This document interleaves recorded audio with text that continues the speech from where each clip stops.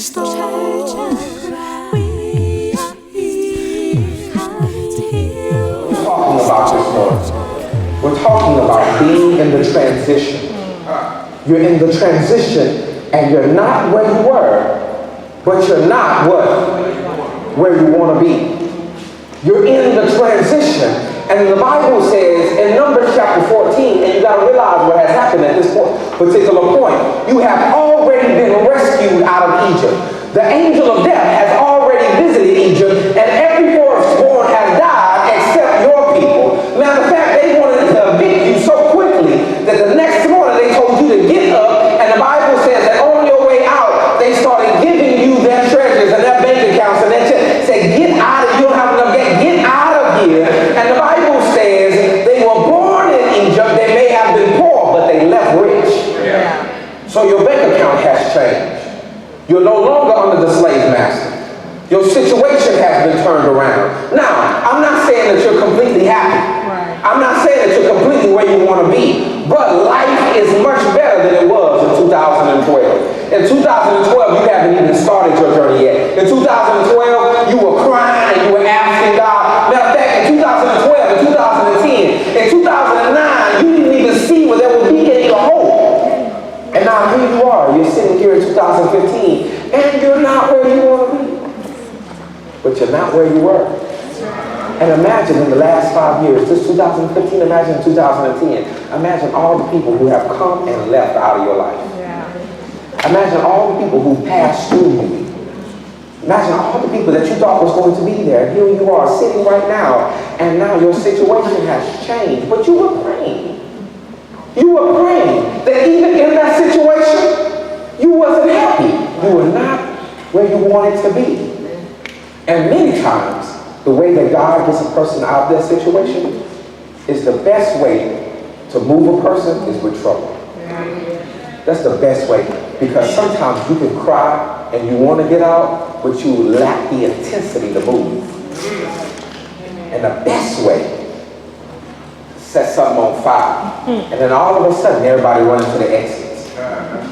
And imagine, in a fire, you only grab what's important.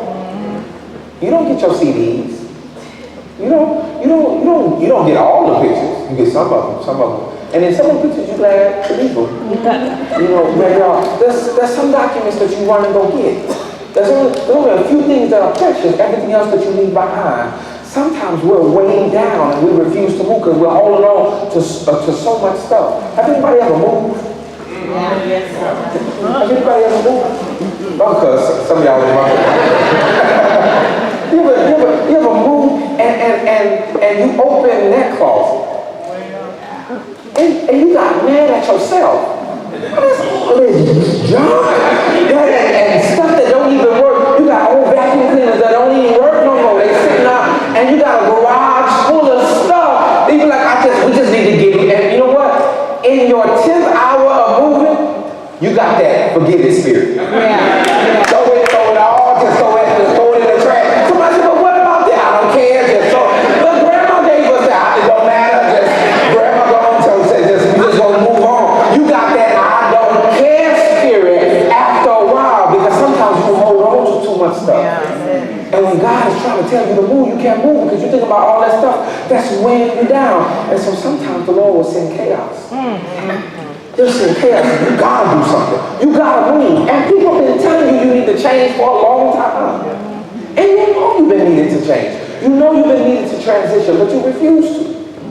Because you make excuses of why you gotta stay where you are. So here we are in the transition. And I'm saying in Numbers chapter 14, what I'm trying to say is, your situation is better. I'm not saying it's the best. And I'm not saying everything is well, but I'm just saying, you're not where you were. In Exodus chapter 1, you were crying. Remember we read last week, the Bible says, they made our lives bitter. Your life was bitter. And now it's better. Now, why make a captain when the Lord has already chosen?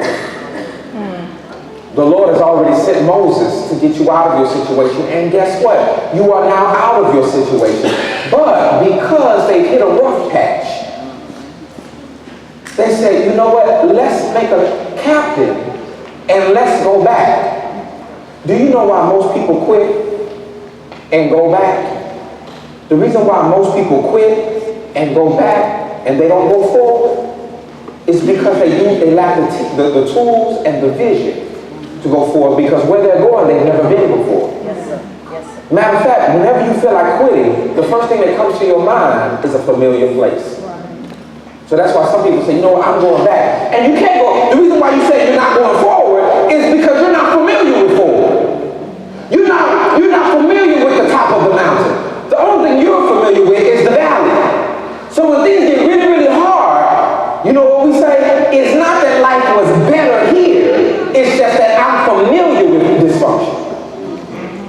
I'm familiar. Hey, they may not pay me right, but I know I ain't gonna get fired. So, and I know they ain't gonna ask me to do a whole bunch of stuff. So the pay ain't that good.